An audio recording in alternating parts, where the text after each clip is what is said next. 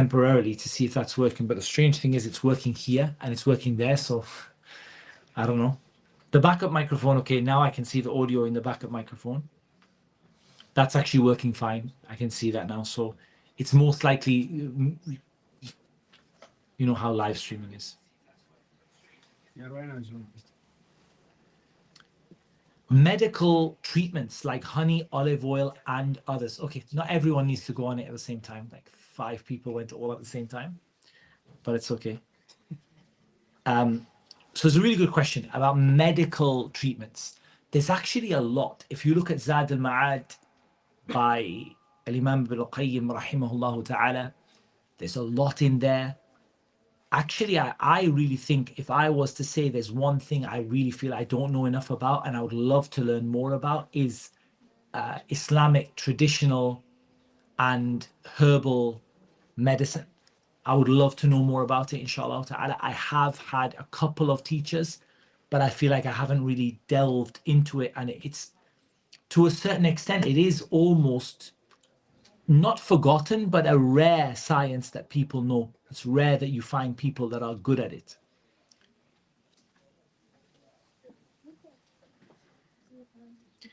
Interesting question. Is there any, both connected? Are there any connections between jinn and UFOs?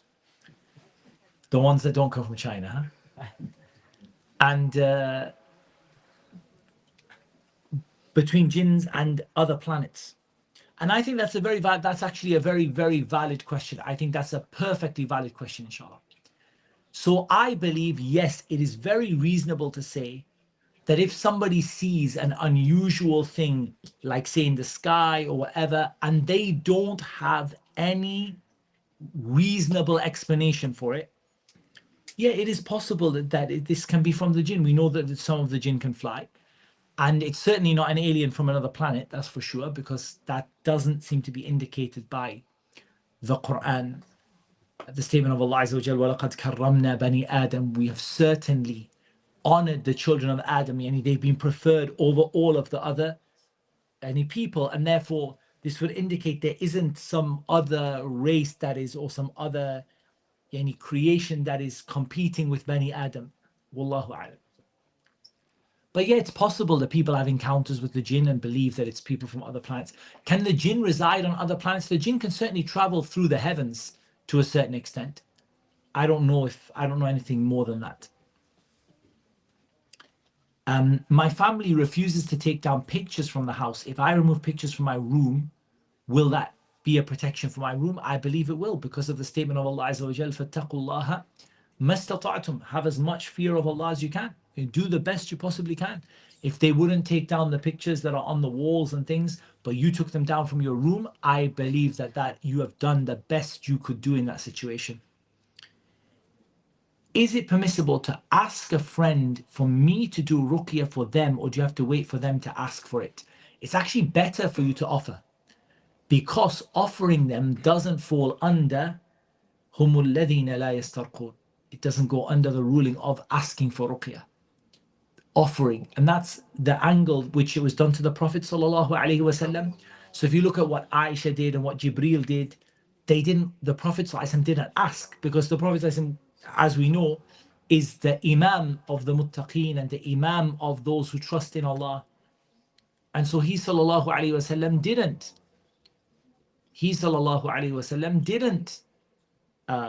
Ask for ruqyah, but he still allowed Aisha radiallahu anha to do ruqyah for him, and of course Jibreel came with ruqyah for him as well. Very, very, very good question, and I think this question is a superb question. If someone is possessed by a jinn and does self-ruqyah, can they command it good and forbid evil in their mind? Wallahi, that's a very good question. That is what I do, but I don't know how.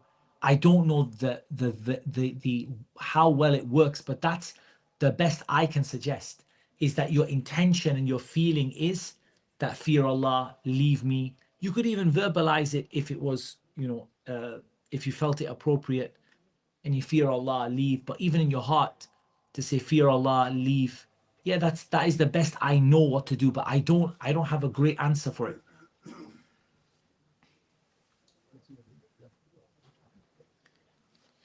Is it definite that jinn only get control over you due to sin?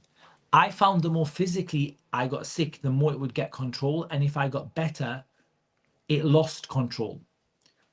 So no doubt sin has a huge effect on the things that happen to us in our lives.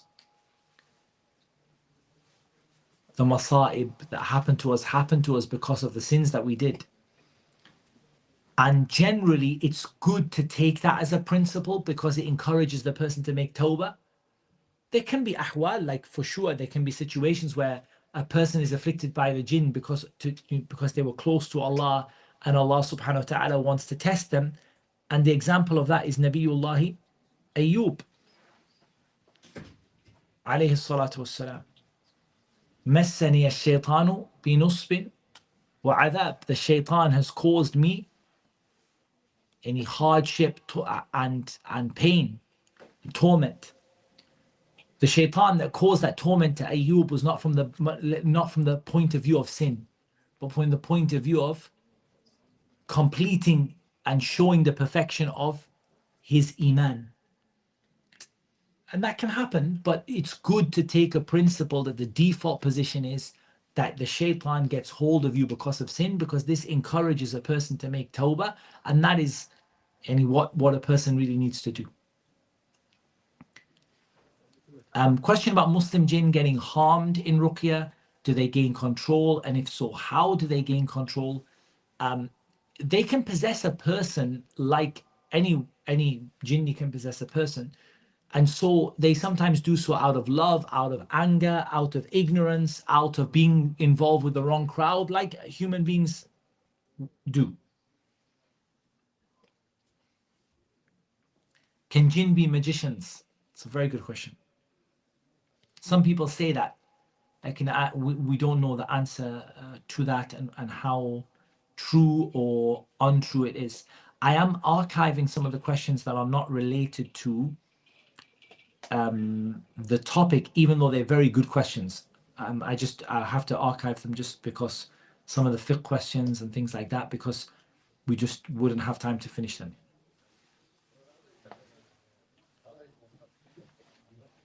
Some of the questions I might archive also because I don't know the answer to them. The hadith about soothsayers using information from the jinn who listen to Allah. Actually, the correct thing is they listen to the angels. For the sisters, we asked not to send any more paper with questions because of the fact that we said the question closed, right? So we had opened the questions for everyone. But I'll take this one, inshallah, but don't send them with any more paper. The jinn listen to the angels. So what happens are they stand on top of each other until they reach all the way up and they listen to something from the angels who are doing a command from Allah. And then they go and try and pass it down to each other until it reaches the shooting star attacks them, and perhaps it would attack them before they pass the information, and perhaps it would attack them after they pass the information. And they give it to the fortune teller who mixes 100 lies, 100 lies with it. So it becomes, they're believed because of what the jinn heard from the heavens. Just going through and just clearing off a few. What are effective ways to help family and community lessen their fear of the jinn and redirect that to fearing Allah? The first thing is by showing them from your own actions. Show them from your actions, from your behavior, that you're not scared. And that will encourage them. Remind them of the names and attributes of Allah. Remind them that Allah is the one who created everything. That Allah created the jinn. That Allah has power over them. Remind them about dhikr and the virtue of dhikr. Reciting the Quran and the power of the Quran. The same kind of words we've used in the lecture about لو أنزلنا هذا القرآن على جبل لرأيته خاشعا متصدعا من خشية الله. Those kind of things that just put that confidence in the person that yes, I have Allah بإذن ta'ala to help me, and Allah has given me the Quran, and the Quran is the speech of Allah subhanahu wa ta'ala, and I believe in that. And this is very important, that this is also a connection in the Masail al-i'tiqad. And a lot of people have wrong beliefs about Allah, about the Quran, and that belief weakens their trust in Allah subhanahu wa ta'ala. When doing self-ruqya, why are reactions small? But when getting ruqya done, reactions are large.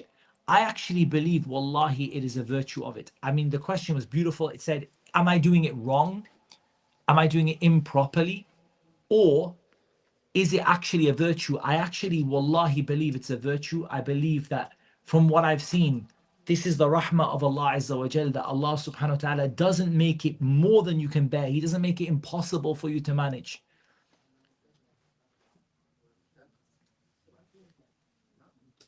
Because I want you to think about something.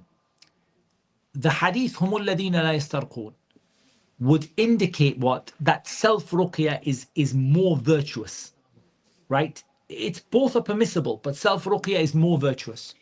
When you are doing self-ruqya, you as a patient are remembering Allah in that moment. So what happens? It's harder for the shaitan to afflict you because you are actively, not someone else reading, you're actively remembering Allah Azza wa Jalla at that moment. Please explain different methods jinn used to harm patients throughout their treatment, how to combat it and prepare them.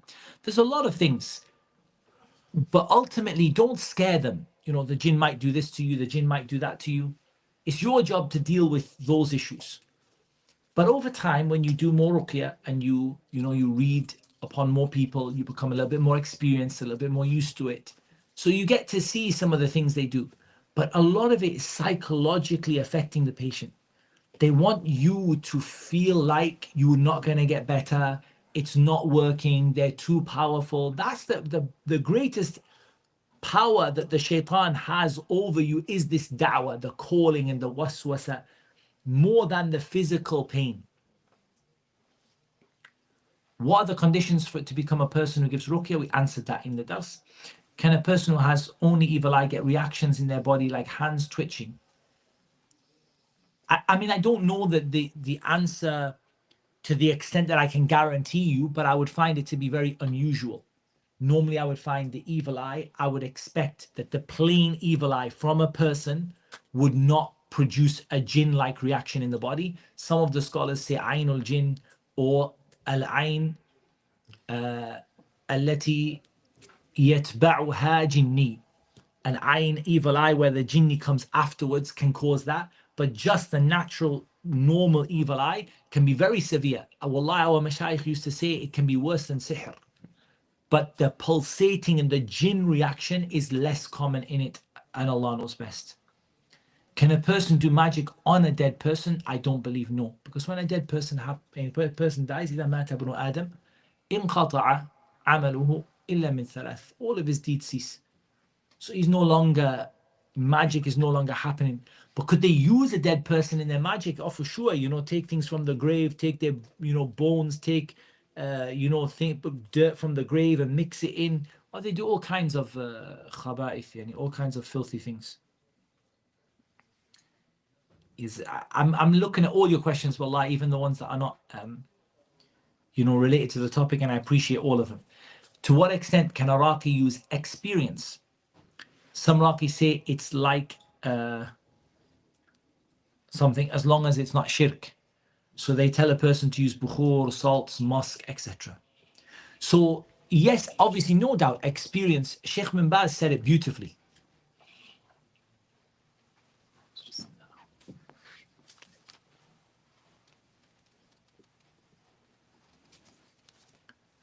I don't remember what the first two questions were.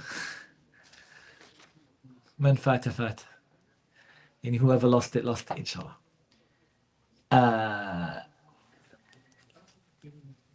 Na'am. So, no doubt experience plays a part. And Sheikh bin Baz said it beautifully, rahimahullah ta'ala, that the experience you use is not from the point of view of ibadah. The experience you use is the point of view of tib. It's min bab al-tib. It's from the angle of medicine. So when you're saying to somebody, use, for example, honey, or use, musk or whatever, then that is something that you are suggesting it as a doctor would prescribe a medicine. And if it's a permissible medicine, that's fine. But there are some things to be aware of. I personally do not suggest using bukhur. The reason why is because many magicians use it in their sihr, and many people don't know how to separate between what the magicians use and between what the yani what is permissible to use. So I personally don't like it because I feel it's a dhari'ah, it's a means to shirk. So that's why I don't tell people to use bukhur. Smelling salts, musk is better. Musk is better than smelling salts. Smelling salts smell horrible, and you know, horrible smells, the angels are harmed by what people are harmed by. So I personally don't use the smelling salts, but I do sometimes use musk, just a little bit under their nose, and they come, you know, they come back to their senses. But there's things, I mean, for example, the use of Indian costus, for example, al-qist al-hindi, and, you know, putting a little bit in olive oil and putting it in the nose and having the person just, you know, bringing it through their nose, like istinshaq, like drawing it into their nose. Yeah, there's no harm in that. That's min bab al-tib, and it's a medical treatment. Like, it's you know, to be used for the jinn, sidr leaves and things like that, particularly when they're supported by the people of knowledge. But just be careful that you're not doing two things. Don't let the herbal treatments and the medical treatments overtake. Wallahi, I went through a phase where the only thing I was doing was all of these things, you know, 7 sidr leaves and, you know, like Indian costus and all of these things. And wallahi, I honestly did not see it to be better. In fact, I saw it to be less effective than actually just focusing on the Quran. However, now I think very sparingly we use it. Like, sometimes if a person really feels like the jinn is just sitting in their head and they're in pain, yeah, I might put a little bit of costus powder in the oil and just tell them to draw it up their nose. And the jinn don't like it, you know, so it, like the jinn then just moves out of the way, and the person sometimes feels a bit of relief if they get a lot of pain in their head and things like that. But I don't, like, it's not my, I don't go around with a bag of like medicines or a bag of like you know, herbs or something like that. If you've been making lots of tawbah but the jinn is still overtaking your body and harming you, is it a punishment from Allah? I feel demotivated and bad. No, wallahi, it's not a punishment from Allah. It's a test from Allah. No doubt you've made tawbah, and I ask Allah Azza wa Jal to accept it, and I ask Allah Azza wa Jal to perfect it. But when you've made tawbah, now Allah subhanahu wa ta'ala is going to test you. أَمْ حَسِبْتُمْ أَن تَدْخُلُوا الْجَنَّةِ وَلَمَّا يَأْتِكُمْ مَثَلُ الَّذِينَ خَلَوْا مِنْ قَبْلِكُمْ مستهم البأساء والضراء وزلزلوا حتى يقول الرسول والذين آمنوا معه متى نصر الله ألا إن نصر الله قريب. The person will, do you think you'll enter Jannah and there hasn't yet come to you the likes of what came to the people before you? They were tested with such hardship and such adversity that even the messenger and those who believed with him said, when will the help of Allah come? The help of Allah is certainly near. So don't let it become in your mind that this is a bad thing. You just keep making tawbah. You just keep turning back to Allah. You keep doing your ruqyah. And remember, it's a test. And it's not like I've made tawbah, so now Allah, you have to remove everything from me right now because I made tawbah. It's true. Like we think like that as human beings. We think we're ajul. The insan is وَكَانَ الْإِنسَانُ عَجُولًا, and you want everything now. But actually that we made tawbah and now we have some consequences of our sins and we're being patient to show how sincere that tawbah was. Surah Al-Baqarah is read in my house, but I still feel jinn activity. Does the hadith specify how much? Do you have to read it in one day? So we believe in exactly what the Prophet ﷺ said. The shaitan runs away from the house in which Surah Al-Baqarah is read. You should make it a consistent reading. If you find that reading it over 2-3 days is not enough, increase.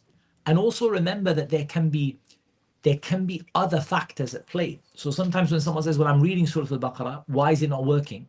First of all, never think like that. This is unseen. You don't know. Maybe 5,000 jinn died in your house when you read Surah Al-Baqarah. وَمَا يُدْرِيك, you don't know. So a person shouldn't have that idea that it's not working. That's why sometimes you think something's not working. At the end, sometimes you find out more about the case when the jinn like kind of leave. And you find out, subhanAllah, maybe there were 10 of them. Every single time you read, one of them went. But you said, oh, it didn't work. It was not working. I was reading and reading and reading. And subhanAllah, wa ma yudrik, you don't know. Trust in Allah. But there can be indications, if that makes sense, like factors that cause a problem. For example, the presence of sihr in the house, the presence of, let's say, haram, the presence of, let's say, movies and music and people treating each other badly or cutting off from their relatives, which can be allowing the shaitan to stay, not saying Bismillah when you go in the house, not saying Bismillah when you eat, could be causing the shaitan to be able to stay, even though the default position is the shaitan will run, and Allah Azza wa Jalla knows best. What does it mean magicians cannot do anything against Surah Al-Baqarah? Ultimately, Surah Al-Baqarah will always defeat the sihr. They will not be able to overcome it. They will not be able to overpower it. It might take more than one reading. Abu Sa'id read 3 days, in the morning and the evening. And you know who were these people? Abu Sa'id al-Khudri, Sahabi, Jaleel.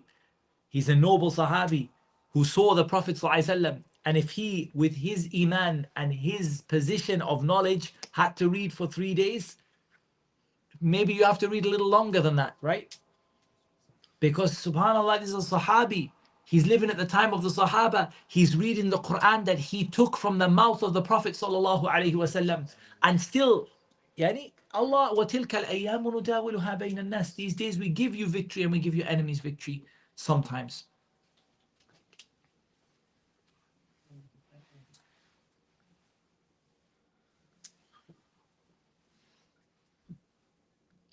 Some really good questions, but I'm just taking them off.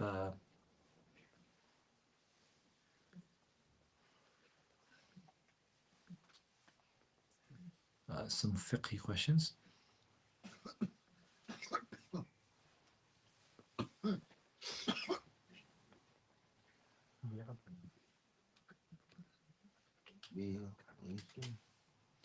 طيب. What is the sunnah before sleep? Please demonstrate the full order of dua. I don't think there's an order, that's important to note. These ahadith came separately, they didn't come together. So when the ahadith come together, there's an order, right? Like the ahadith came, or the order is mentioned. When the Prophet ﷺ would finish his salah, he would say, Astaghfirullah, Astaghfirullah, Astaghfirullah, Allahumma anta salam wa minka salam, tabarakta ya dhal jalali wal ikram. It doesn't mention that you don't then say, Ya dhal jalali wal ikram, Allahu Akbar, Astaghfirullah. You do what came in the order. But when the hadith came separately, like there's a hadith about Ayatul Kursi, there's a hadith about counting 33 times, 33 times, and finishing it with La ilaha illallah, etc. This, all of it, what came with an order, we follow the order. But what didn't come with the order, it seems to me that there's no restriction in the order that you choose. There might be an order that the ulama say is preferred because of ijtihad. They look at it and say this would be better to put before this, but there's no evidence. So for the sleep, I don't know of a specific order, but you can follow the order in Hisn al-Muslim, Fortress of the Muslim. And from the important things to do in your sleep is to read Ayatul Kursi. And from the important things to do is to blow over your body with the mu'awwidhat. And it's a type of ruqyah. But it's a protection rather than a cure. And normally ruqyah is sought as a cure rather than a protection. Like we don't normally do ruqyah just to protect. But this is an exception because the sunnah came with it.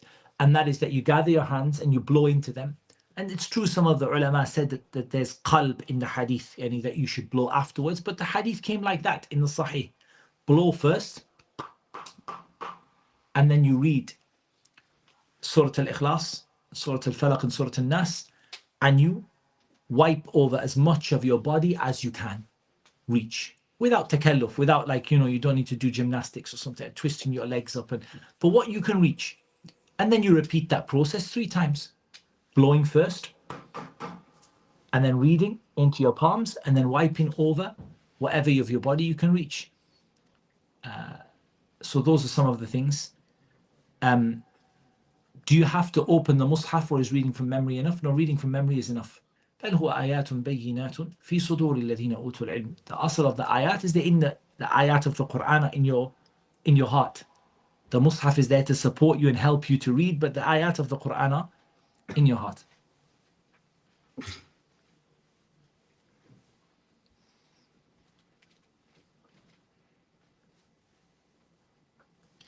There's some really good fiqh questions, but wallah, we just don't have time for them.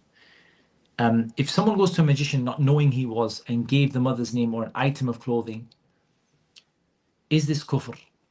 No, we don't say the person left Islam. They didn't know what they were doing and they were ignorant, but they did a very huge thing. At the end of the day, they went to someone who worshipped the shaitan, and they, out of their ignorance, they supported them in the worship of the shaitan. That is a very, very serious thing.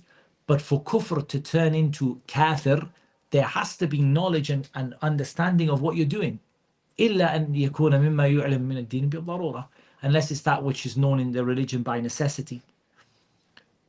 And a person didn't know, this person didn't know about the mother's name, thought it was a sheikh, mu'alij, tabib.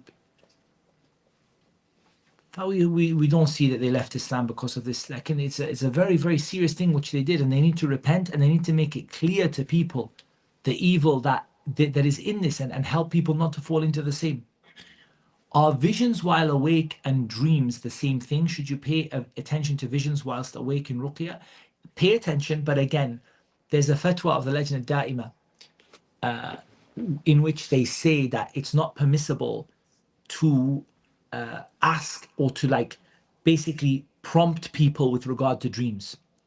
So the correct view in this, inshallah ta'ala, is that it's not allowed for you to encourage people to see visions. Like you're reading on them, like, hey, what's your vision? Reading on them, okay, who do you see? Which relative can you see now? Because you're putting ideas into someone's head like waswasa. But what you can do is, if the patient says, I can see fulan, fulana, I just bear it in mind. I don't say it's not confirmed. People say, I saw my auntie doing sihr on me. I say, okay, I'll bear that in mind, but I don't want you to cut off from your auntie. I don't want you to do anything, just keep your adhkar, be careful, take your, khudhu hithrakum, take your precautions, but I'm not going to tell you to cut off from your auntie because you saw a dream. However, I will bear that in mind. I'm going to be honest with you. Because I'm going to bear that in mind. I'm going to keep that in mind as a possibility, as something which could be true. But I'm going to require extra evidence, because at the end of the day, when you're accusing someone of sihr, you are accusing them of being a kafir. That's the end of there's no other view. وَلَقَدْ عَلِمُوا لَمَنِ اشْتَرَاهُ مَا لَهُ فِي الْآخِرَةِ مِنْ خَلَاقٍ. You are saying that this person is a kafir. And so you must be extremely cautious. However, the bab of ihtiyat and being cautious around them, I have no problem. You saw a dream of your relative doing sihr on you, خُذُوا حِذْرَكُمْ. Be cautious, be careful, do your adhkar, be careful about the gifts that you get, they're sending you gifts or gifts they've given you in the past, examine them carefully and so on. But at the end of the day, we're not going to go to the level of calling someone a kafir based on a dream that somebody saw. And Allah Azza wa Jalla knows best. Can you do ruqyah on someone while asleep or secretly give ruqyah waters? Very, very good question. So the general rule is we prefer not to do it when they're asleep. We prefer them to be awake and conscious. However, there are times when they just completely knock out and you can't do anything about it. So don't stop the ruqyah, just keep it going. I haven't spoken much about ruqyah for children, I did allude to it. You must be very, very gentle with children, okay? You can really hurt a child, smacking the child, and, subhanAllah, people, you have to be really, really careful. But the other thing is, the problem with children is that when it comes to adults, it's very easy to see what behavior is normal and what behavior is not normal, right? When it comes to an adult. Like an adult screaming and jumping up and down on the sofa, I believe this person is possessed. But when a child, children do funny stuff, children rock, children sit there rocking back and forward, and you're like, there's a jinn, the jinn's making them rock. Sometimes kids are like this, so be just really, what I do with children is I never ever give a diagnosis in one session. I say minimum, I want to see 3, 4, 5 sessions from you. I want to know what's normal for you, and I want to know what's not normal. Also, I do bear in mind medical diagnoses, like for example, autism. The child's been diagnosed with other problems. You have to take that in mind. An autistic child sometimes does stare at the ceiling. Like that doesn't mean they've seen a jinn in the corner like that. No, wallahi, I'm being really serious, wallahi. Like it is normal sometimes for a child that has autism that they don't look at you, that they might be kind of like very shy to see you. They might be uncomfortable in your ruqya. That doesn't guarantee they've got a problem. It's very hard with children. I do tend to let children just play, have some permissible toys, halal toys, and let them just play with them and say, look, don't worry, to the parents, you don't need to grab your kids and hold them in front of me. I'll just read on them from far, focusing on the adillah that proves the permissibility of reciting alone and then blowing on them sometimes. And I'm always very friendly with them. I always smile at them. I never like give them angry faces and like, "Ukhruj aduwallah, get out, O enemy of Allah," because of the fact that the child gets very upset. And sometimes you could, subhanAllah, you could actually, just from not knowing how to deal with the kids, make the situation worse. That you thought there's a jinn and maybe the child is just misbehaving. And you're like, "Ukhruj aduwallah, qatalak Allah, may Allah destroy you, may Allah take you out." And the child starts crying, and you're like, "Yeah, there's definitely a jinn. The jinn is crying now." And then you start, shaking the child and reading on them, and you're, "Ukhruj aduwallah," the child is crying more. Like, can you just khawaftahum, and you made them scared, wallahi. You gotta be gentle with the kids. You gotta be gentle if you see there's conditions of very frail people, elderly people, pregnant women. If she's got a jinn problem, she needs ruqya, but you err on the side of caution, right?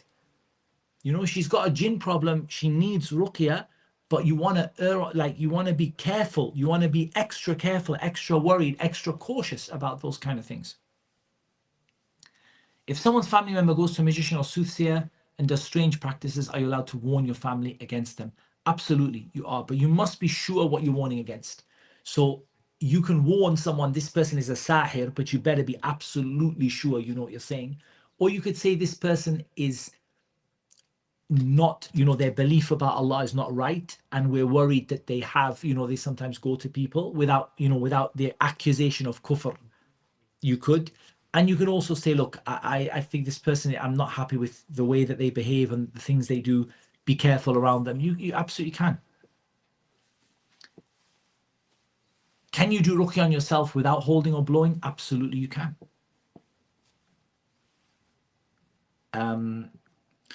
What can a sister do in terms of, before that, there was a really good question a brother asked. I really thought it was an amazing question. You go to a raqi, and that raqi has unusual practices. Like, just doesn't feel right.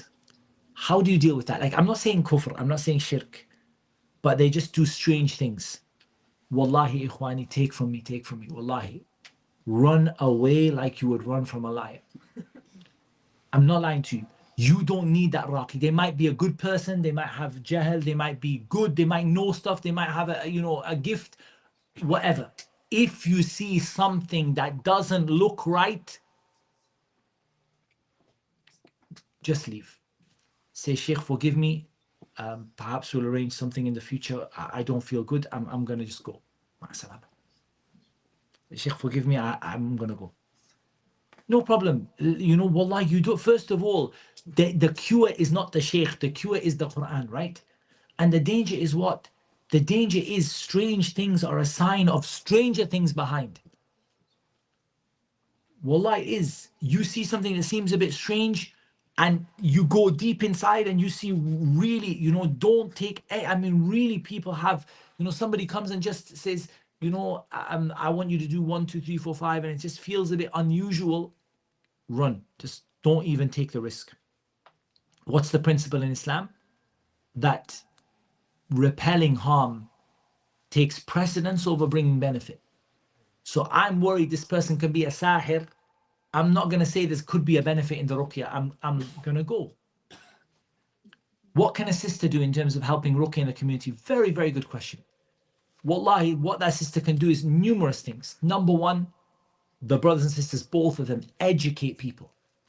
Wallahi, we see, for me, it's not ruqya. This is not, the passion for me is not ruqya in itself. But wallahi, it's an opportunity to call the people to Allah, to call them to the Sunnah, to call them to the Quran. And not everybody can do it. You've got relatives that are doing weird things. They got ta'weed, they got the hand of Fatima on the wall.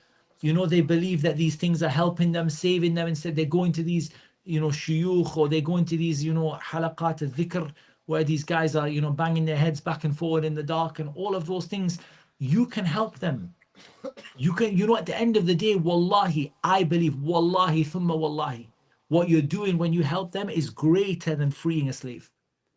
Because you're freeing a person not from the slavery to another person, but you're freeing a person from slavery to shaitan, from slavery to these mushrikeen and the mubtadi'ah and all of that, this evil that people are doing. For you to bring someone out from that is better than freeing them from slavery.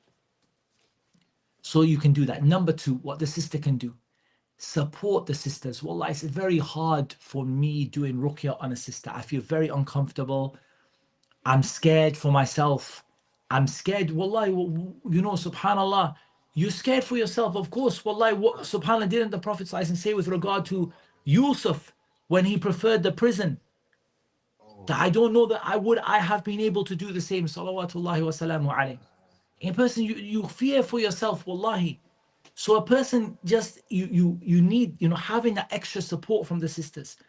99% of ruqya cases can be managed with good advice, supporting the self-ruqya, a little bit of ruqya on them, and I don't see any problem with that from the sister side.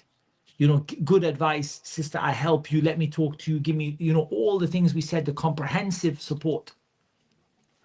But if the case gets complicated, or there's, the sister is worried for herself, no problem, inshallah ta'ala, she can hand it over, but she can be there and support that ruqya session.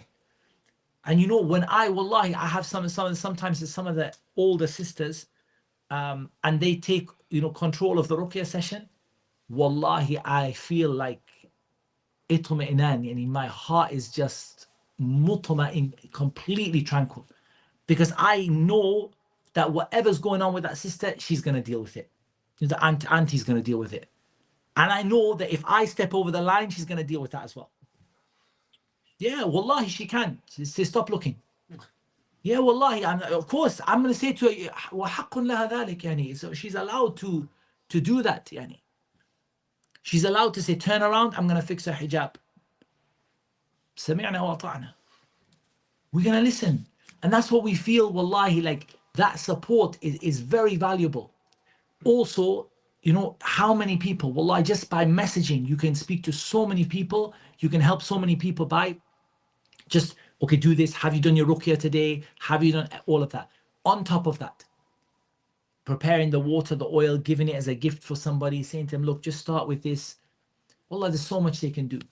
Only thing I don't want to see the sisters doing that I personally don't feel is right is going from house to house like a raqi, like that, like from place to place and house to house. Because Allah subhanahu wa ta'ala said, وَقَرْنَ فِي بُيُوتِكُمْ, and you remain in your home. And that's the virtue, right? That's, even if we say the ayah came and with the context it came with, that's what the virtue is, right? The virtue is to be based around that, to be focused upon that. So I don't really see this issue of like going into all the different people's houses and stuff. But like, wallahi, so many of the sisters learn how to do hijama. Wallahi, they do the hijama for the sisters. Taban, yani, that's something the brothers cannot do no matter what. There's no situation you can do that because she has to uncover herself. Lakin the sisters do the hijama and they manage it. They manage the jinn situations come out and they get on with it. They do it very well. Some very good programs to learn how to do hijama as well. And it's something you can quite easily, you can learn it. And there's many things I haven't mentioned. There's so much opportunity there. Wallahi, we have for everybody to support. Does the jinn understand Arabic if you respond with the Quran? Can you use what they say if you feel they're telling the truth? Absolutely, the jinn can tell the truth. صَدَقَكَ وَهُوَ كَذُوبٌ. They can. And it's also true that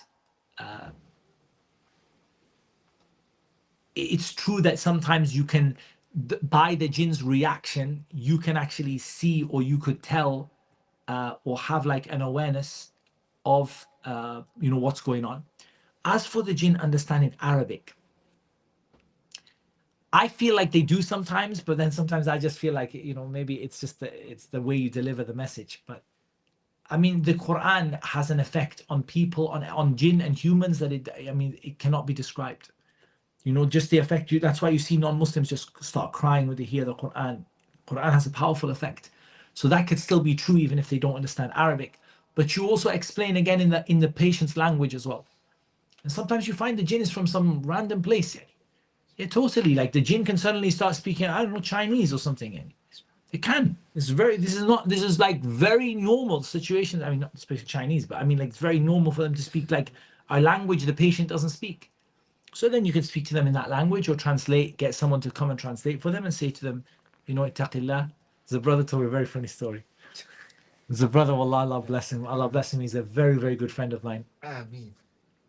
He's a very sweet brother. But he's not here in Canada. Okay. Allah bless him. But Allah bless all of you. Ameen. So this brother, wallahi, he said to me, I was accompanying a sheikh who's a famous Raqi. And he said, I don't know how to do Ruqyah. Like, I mean, he was learning, but like he wasn't a Raqi, and he's with this really, really famous, mashallah, very, very proficient, very, well-known Raqi. And this really aggressive jinn, starts, kind of talking, and it turns out that the jinn speaks his language, but not the sheikh's language. So the sheikh says, I'm paraphrasing exactly, but roughly, the sheikh says, tell him to leave. And he's like, I was saying to myself, like, I don't want to tell him to leave. Right? I'm kind of like, this is not like the jinn is really, this jinn is coming out and it's the first time we've seen it and it's really aggressive and shouting whatever. And he's like, tell it if he doesn't leave, we're going to kill him. Something like that. You know what I mean? And he's like that. It's like, but the point is that you feel the first time you see it, you feel a bit strange. Reckon you trust in Allah, you can't do anything else. And sometimes, sometimes they listen, sometimes they accept Islam, sometimes they leave, sometimes they don't, sometimes they die. But at the end of the day, I had a situation happen to me, very strange situation. We're in the masjid, we prayed Dhuhr in the masjid. And after Dhuhr, I'm walking back to my lecture. It's kind of this situation, in a different hall, but I was just walking to the hall. And this brother stood up and just stared at me in the row. And he's pointed his hand at me and he's like, you killed my cousin. And I'm thinking, look, I mean, there's a few things I've done wrong in my life, no doubt. Nasallahu al-afwa wal-afiyah. But I don't remember killing your cousin. It would have had to have been a pretty, unusual situation. Then he fell on the floor and he collapsed. And I realized that obviously he's talking about the jinn. I don't know how I killed his cousin. I didn't read on him before. But, you never, this is how the situation is. The jinn, some of them during the Ruqyah session, they die. Some of them accept Islam. Some of them leave. Some of them don't. So presumably there was a previous Ruqyah session with someone that jinn had some sort of, I don't know, family member. But he was insistent that I'd killed his cousin. And in that case, you say to them that, look, if you don't want to join your cousin, go, that's the truth. That we say to them, hey, you accept Islam and leave. And if you, or at least if you will not accept Islam and you refuse, then leave this person alone. And you don't have to, it doesn't have to be that happens to you what happened to them. But if you don't leave and you continue, then I don't have the power to do something to you. But I'll keep on reading the Quran until Allah subhanahu wa ta'ala decrees that, you'll be gone.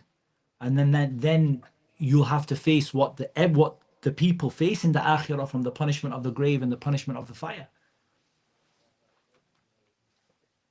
If the Raqi is making dua or saying, Ya Allah, destroy the magic, can the patient say Ameen? Yes. And both of those are valid. Both of those are correct. It's okay to make dua from the Prophet, the Sunnah, and that's the best.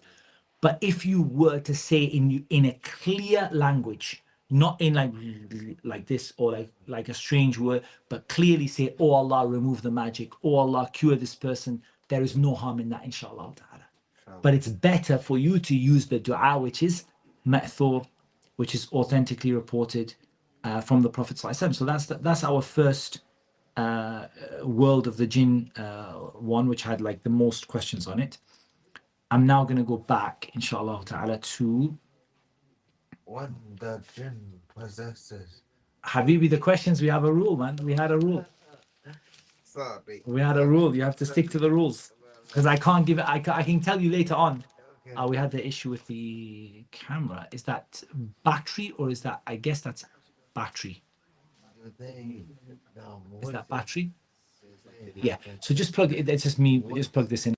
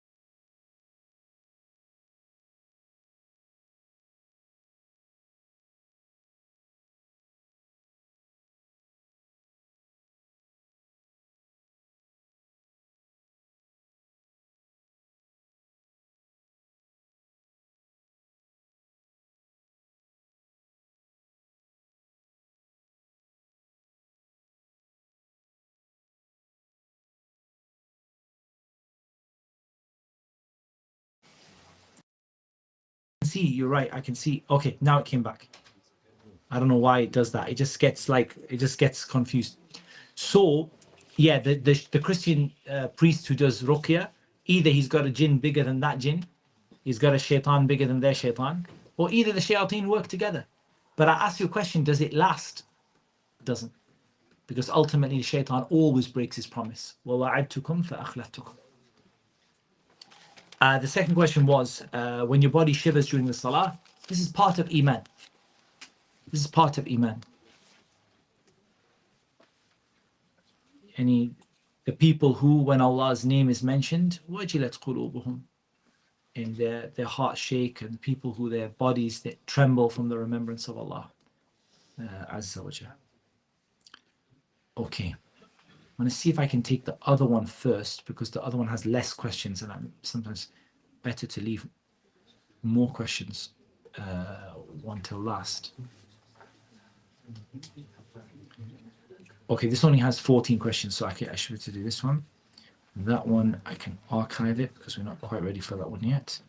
Okay, a patient may get a strong feeling or sensation where the sihr is, or see visions while awake. Is it possible Allah shows it to them like this? Definitely, that definitely happens. What to do if you see magic taking place in front of you? How should you warn against it and stop it? I mean, it's an act of kufr. You have to, if you have any kind of authority or ability to stop it, you have to stop it.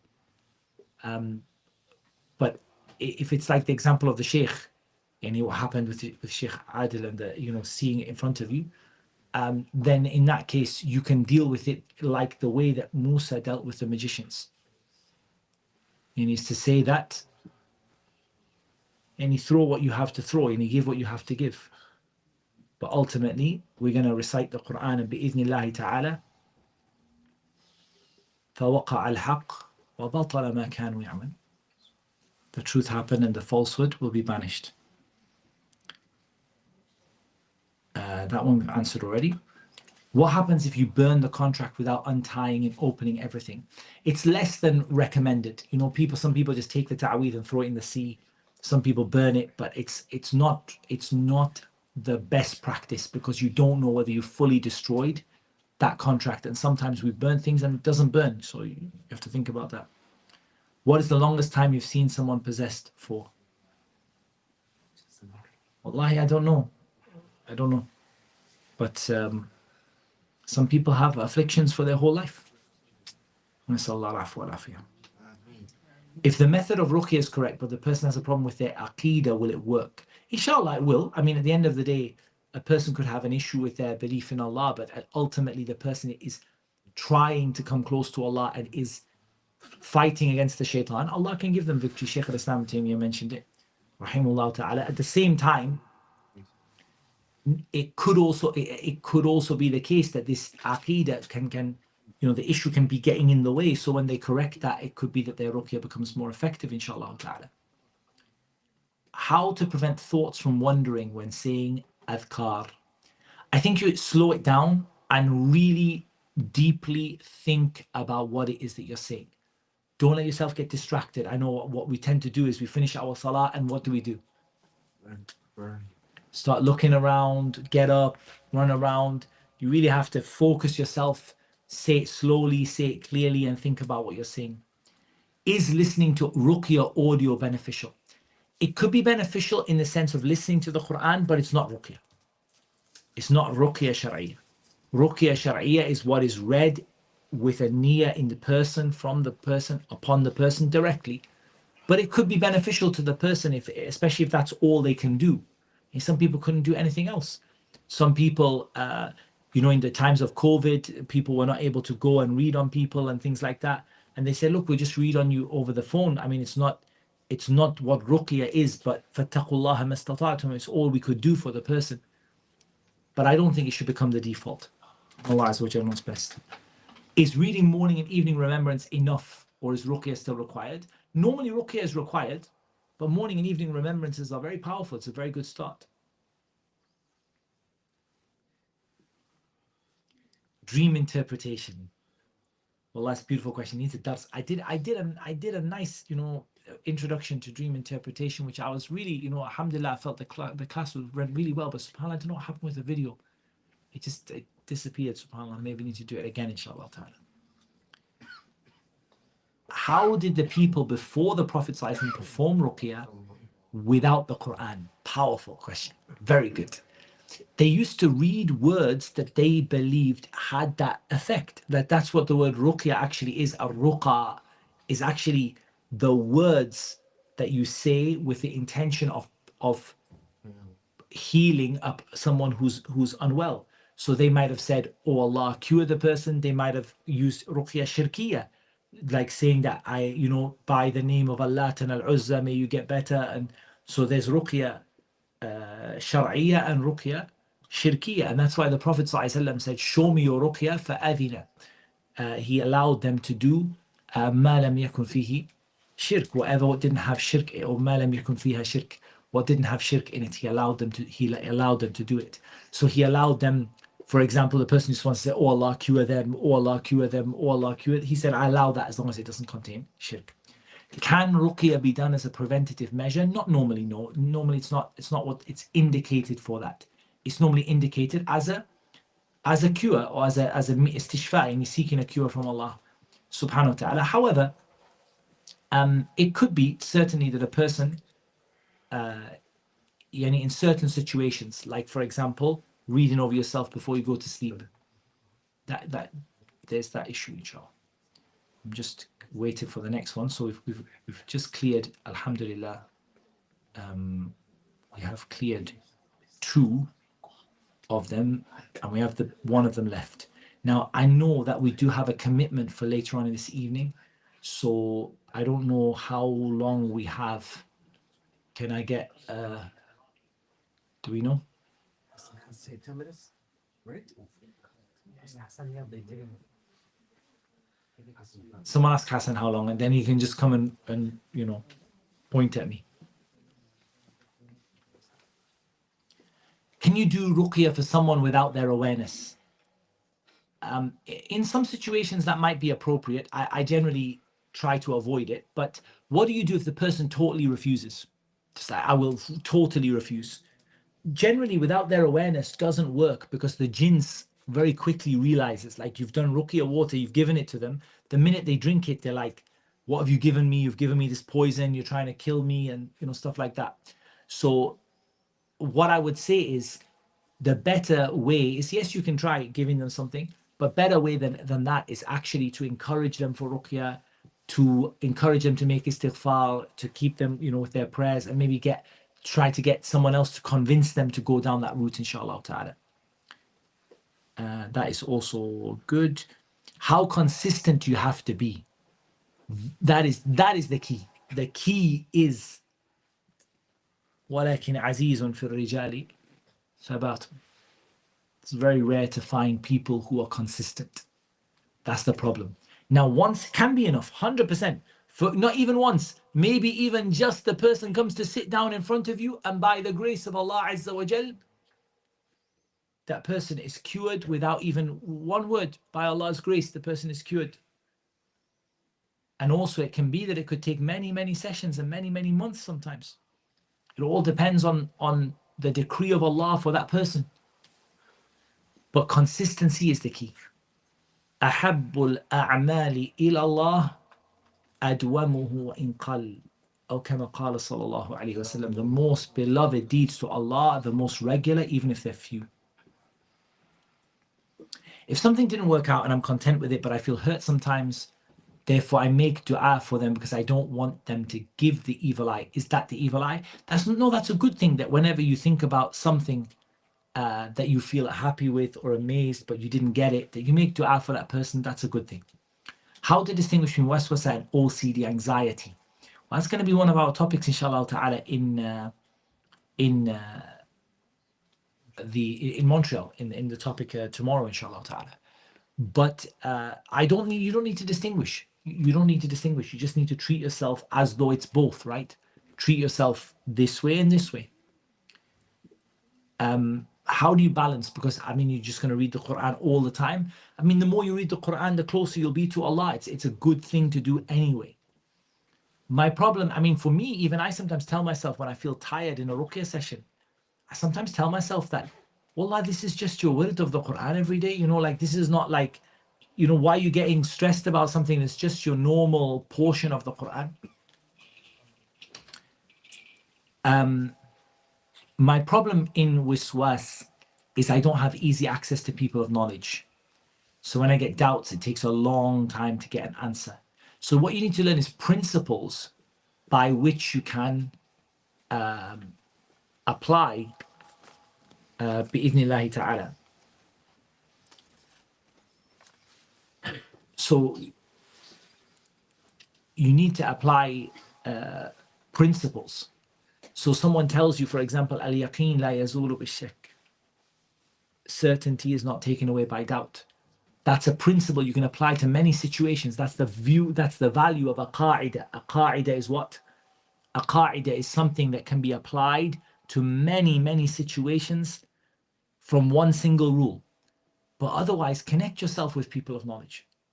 That's very important. You know, it doesn't have to be, we're not talking about, you don't need to be speaking to one of the kibar of the mashayikh in Saudi or in some other place. Lacking to be in contact with the people, local students of knowledge, inshallah ta'ala, and people of knowledge in your local area. How to draw a line between dismissing waswas in times of anxiety and not doing enough. Enough is what is defined by the Sharia. The Sharia defines what is enough. That's the answer. 3 times in wudu is enough. That's the definition of the Sharia. 4 times is israf. It's going too far. And Allah Azza wa Jalla knows best. If someone has problems with jinn in the past, are they more prone to problems in the future? It could be like that, yes. But they should also be better knowing how to deal with them. Is a raqi able to specifically know what the person's afflicted with? They can know from experience, but they should be careful about not saying things that are certain based on, like we said, rajaman bil ghaib, just guessing about the unseen. Yeah, I've answered that one as well. And I've answered that one as well. And we've answered that one. Some of them were double posted. Yeah, quite a lot of them were double posted. Okay, with waswas, how do you know it's from shaitan? Because shaitan doesn't say, hi, I'm shaitan. That's very true. I agree. The answer is, if you don't feel comfortable with the thought that came into your mind and you don't feel satisfied with it, and it keeps on coming to you, even though you don't feel, even though it's not what you like, you're not content with it, then this is min babil waswasa. This is waswasa.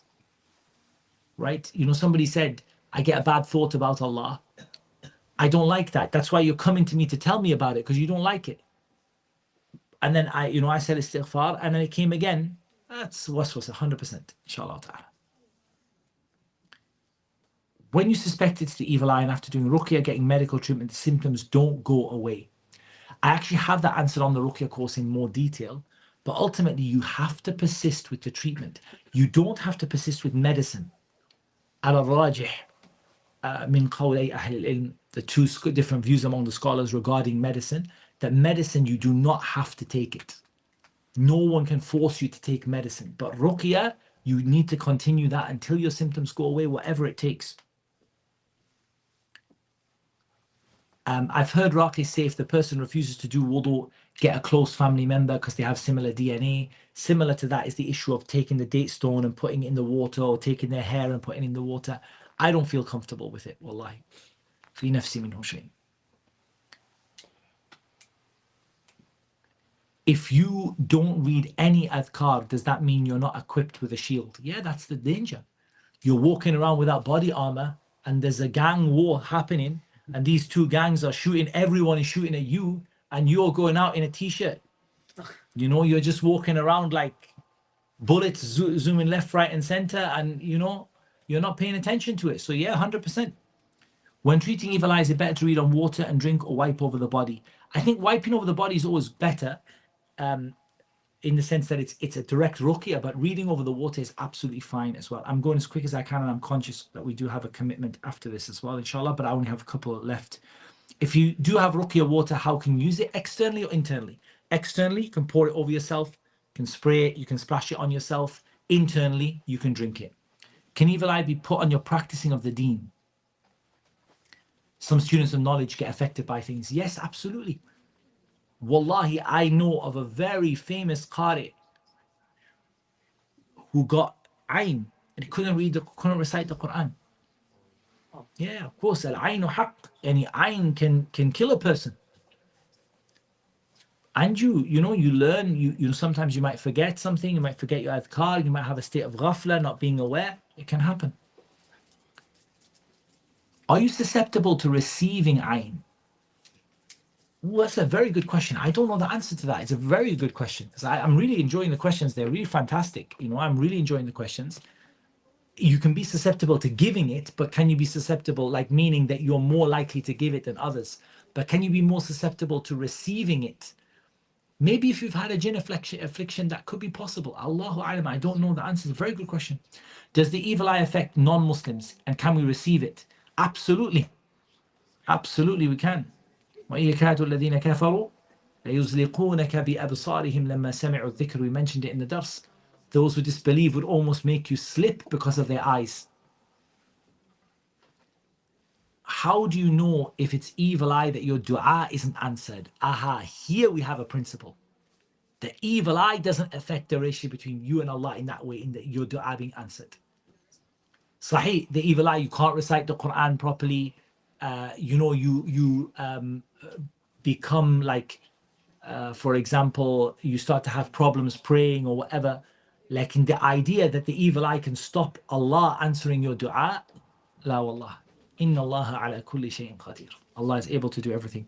Is there a situation where, and yeah, we've actually answered that one. If you have a person who you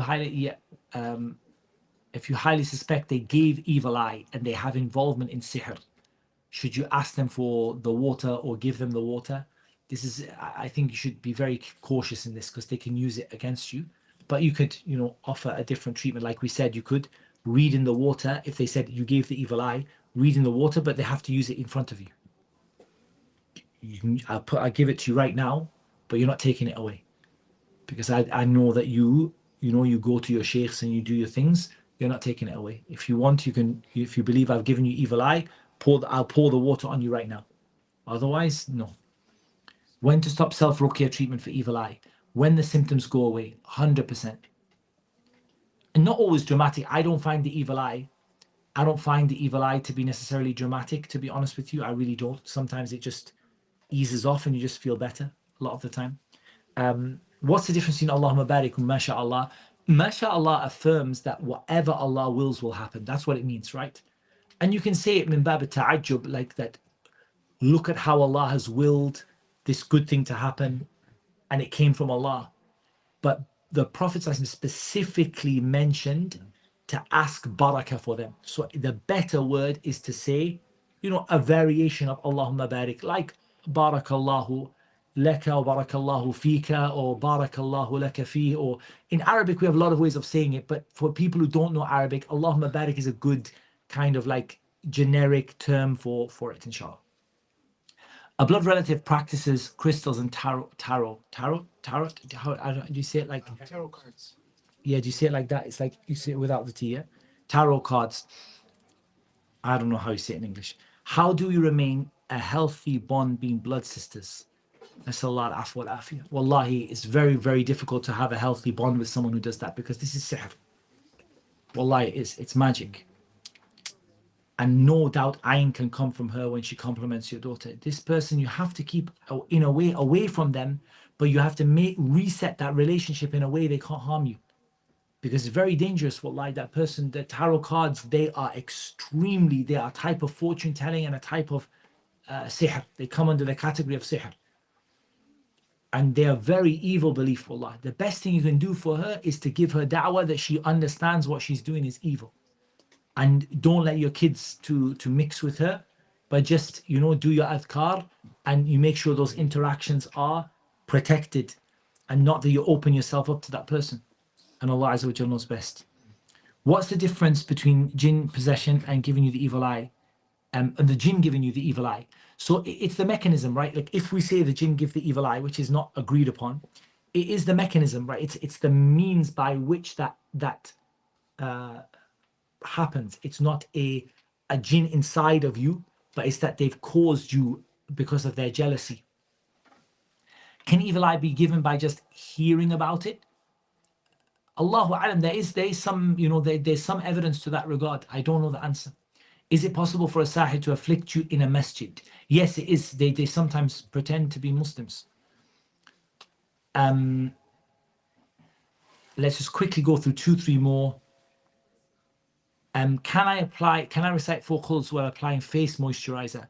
I don't recommend that. Like I don't recommend you reading on the moisturizer, because I said unless you have no choice, like if the doctor said you can't use water, but you can do the 2 at the same time, because that has a hadith for it, where the Prophet was pouring the water and reading at the same time.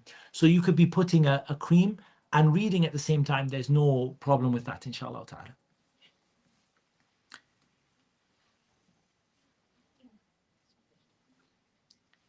Do we think with our heart or our mind?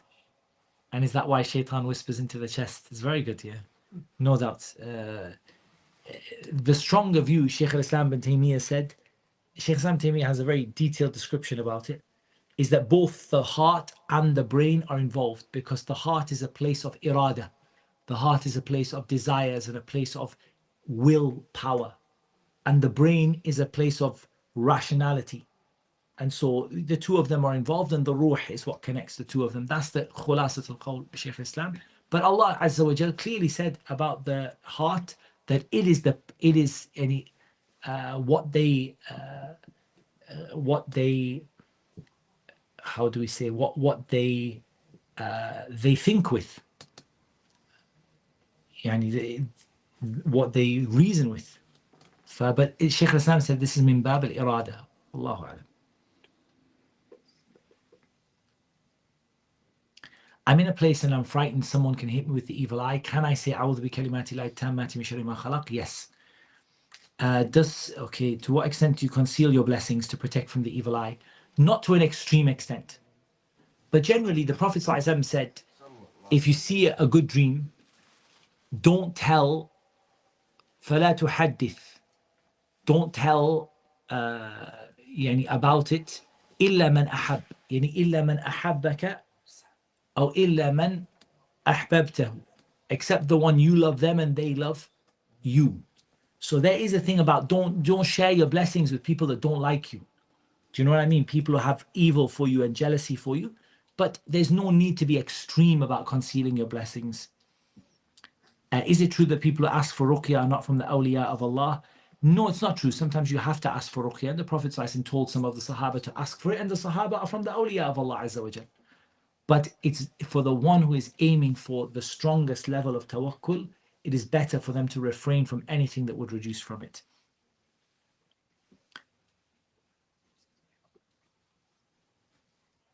How do you prevent putting evil eye on yourself? Yeah, the same. You say Allahumma barik. That one we don't need. I'm really almost just, I've got 8 left to clear. So we're just gonna, push it, inshallah. Okay. Are non-Muslim jinn harder to get out?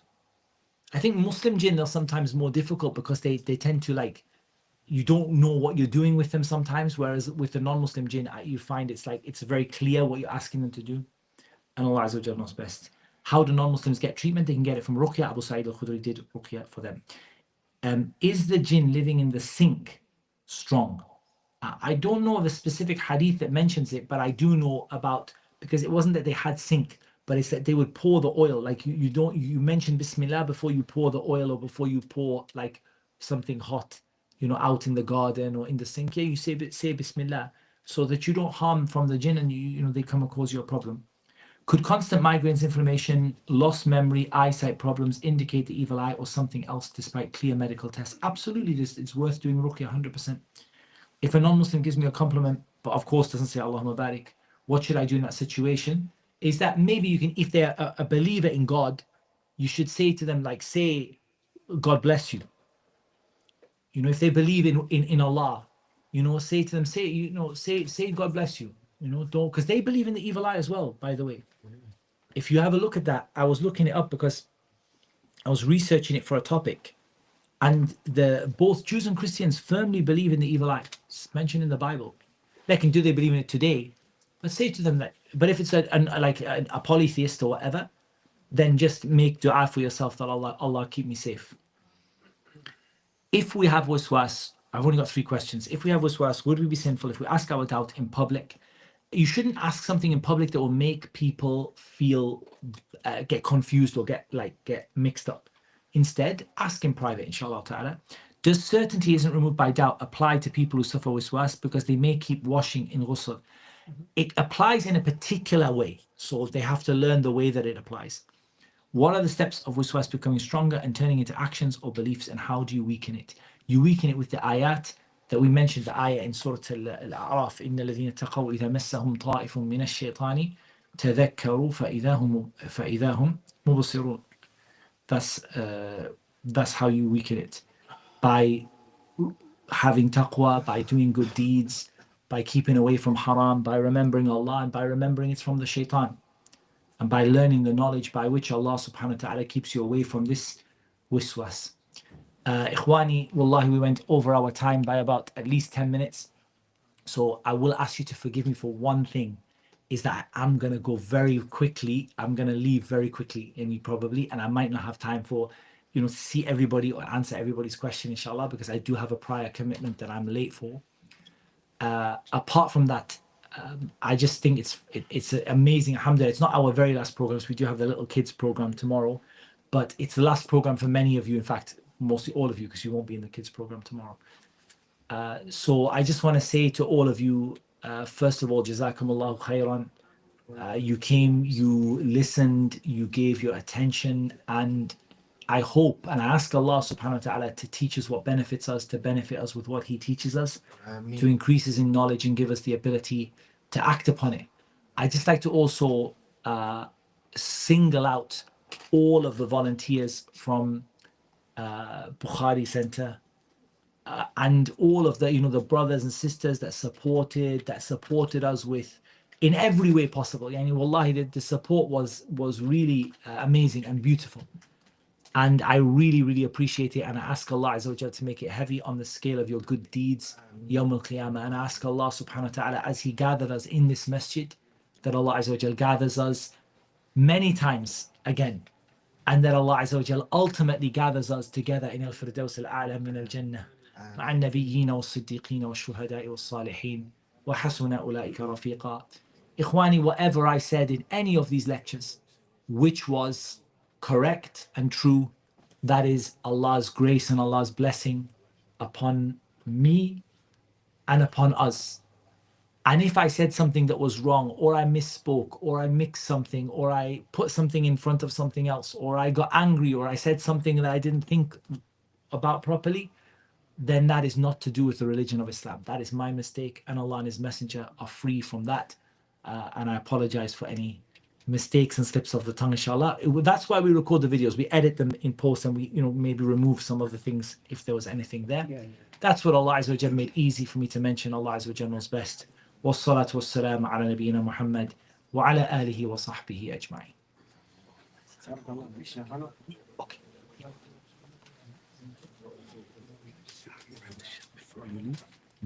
Yeah.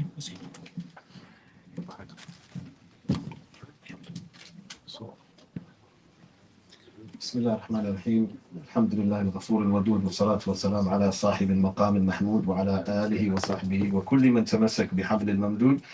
Assalamu alaikum wa rahmatullahi wa barakatuh. Brothers and sisters,